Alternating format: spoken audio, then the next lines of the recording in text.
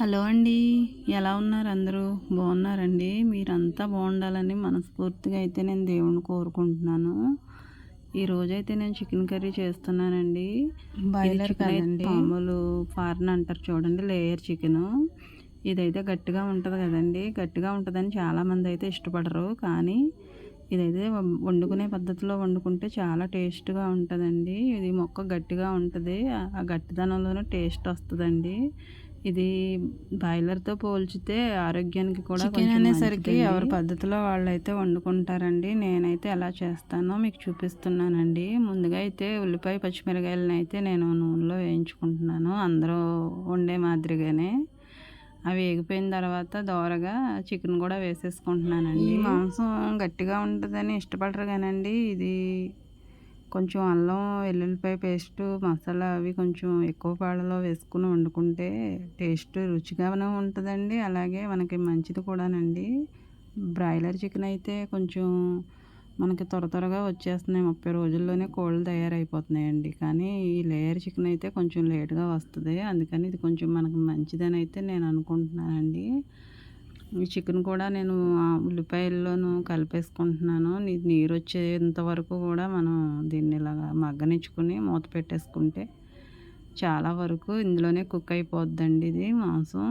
నేను ఇలాగా నూనెలో మగ్గేటప్పుడే కొంచెం అల్లం వెల్లుల్లిపాయ పేస్ట్ కూడా నేను ఇందులోనూ వేసుకుంటానండి.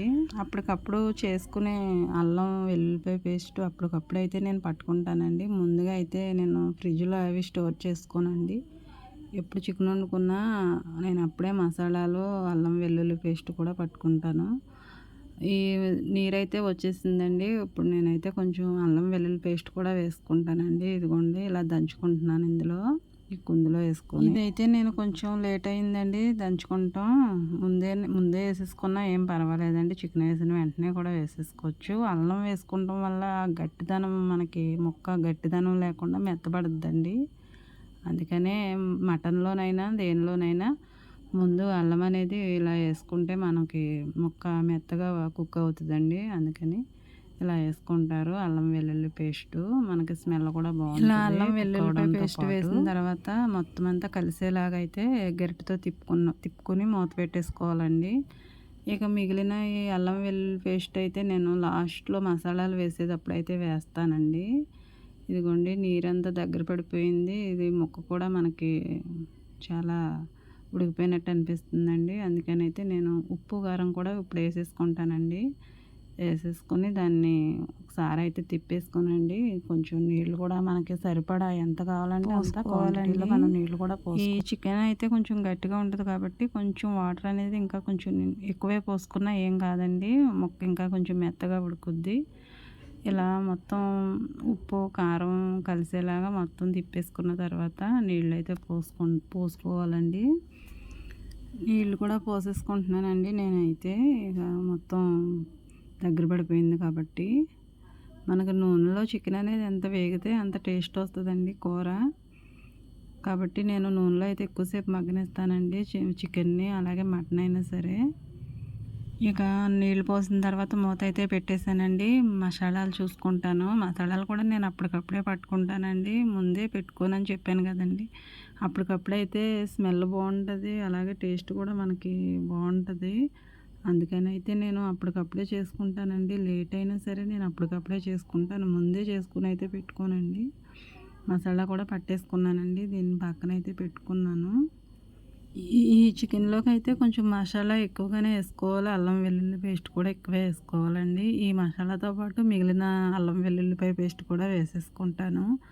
అలాగే ఈ చికెన్లో అయితే ఇలాంటి చిన్న చిన్న గుడ్లు వస్తాయి కదండి, కోడిగుడ్లు, అవి అయితే నేను ముందే వేయనండి, ఎందుకంటే నలిగిపోతాయి కాబట్టి. నేను కొంచెం ఉడికిన తర్వాత అయితే ఈ గుడ్లు వేస్తానండి. అప్పుడు ఇవి కూడా గట్టిపడిపోయి మనకి చితకకుండా ఉంటాయి. అలాగే నేను ఒక పెద్ద సైజు బంగాళాదుంప కూడా తీసుకుని అయితే నేను ముక్కలు కట్ చేసుకుని అయితే ఈ గుడ్లు వేసిన తర్వాత ఈ బంగాళాదుంప కూడా వేస్తున్నానండి. ముందే వేస్తే ఇది స్మాష్ అయిపోయి శుభ్రంగా గ్రేవీలాగా అయిపోద్దండి, ముక్క షేప్ అనేది ఉండదు మనకి బంగాళాదుంప. అందుకని అయితే నేను ఇప్పుడు వేస్తున్నానండి. మసాలా ఇంకా సేపట్లో వేస్తాననగా ఈ బంగాళాదుంప కూడా వేసుకుంటే ఆ రసం అంతా కూడా ఆ బంగాళాదుంపలకు పట్టి చాలా టేస్టీగా చికెన్ ఫ్లేవర్ కలిసండి బంగాళాదుంప తిన్న ఫీలింగ్ ఉంటుంది, అలాగే చికెన్ తిన్న ఫీలింగ్ కూడా ఉంటుందండి. అందుకని అయితే నేను ఒక్కోసారి చికెన్ వండేటప్పుడు దుంప కూడా వేస్తానండి. ఇష్టమైన వాళ్ళు ట్రై చేసుకోవచ్చండి. చిన్న గుడ్లు అలాగే దుంపలు కూడా వేసిన తర్వాత అయితే నేను చాలాసేపు అయితే ఉడకనిచ్చానండి. ఇక అది దగ్గర పడిపోయింది అనుకున్నప్పుడు కొంచెం పులుసు ఉండగానే మసాలా కూడా వేసేసుకున్నాను. అలాగే మిగిలిన అల్లం వెల్లుల్లి పేస్ట్ కూడా వేసేసుకొని కాసేపు అయితే మళ్ళా దగ్గర పడే వరకు అయితే ఉడకనిస్తానండి. ఇప్పుడు ఆ ముక్కలకి మొత్తం ఈ మసాలా అంతా అలా కొంచెంసేపు ఉంచేటప్పటికి ముక్కలకి మసాలా పట్టేసుకునండి చాలా స్మెల్ బాగుంటుంది, టేస్ట్ కూడా బాగుంటుందండి. దుంప వేసాను కదండి, దుంప ఏంటి వెరైటీ అనుకోకండి, అలా చికెన్లో దుంప కూడా వేసుకోవచ్చండి, టేస్ట్ బాగుంటుంది. ఇక కూర అయితే దగ్గర పడిపోయిందండి. ఇందులో హైలైట్ ఏంటంటే చిన్న కోడిగుడ్లు ఉన్నాయి చూడండి అవి, ఇక దుంప కూడా వేసాను కదండి. ఈ ఈ ఈ చికెన్ వండుకునేటప్పుడు ఈ గుడ్లు అయితే మనకి బాగుంటాయండి, పిల్లలు ఇష్టంగా తింటారు. ఇంకా కూర అయితే దగ్గర పడిపోయింది, నేను స్టవ్ ఆఫ్ చేసేసుకుంటానండి. ఇలా రసంలా ఉండగానే కొంచెం కట్టేసుకుంటే బాగుంటుందండి కలుపుకోవడానికి రైస్లోనికి. ఇదేనండి చిన్న కోడిగుడ్లతో చికెన్ కూర అయితే వండేసాను. వీడియో కనుక మీకు నచ్చినట్లయితే లైక్ చేయండి, అలాగే నా ఛానల్ని సపోర్ట్ చేయండి సబ్స్క్రైబ్ చేసుకుని. Thanks for watching.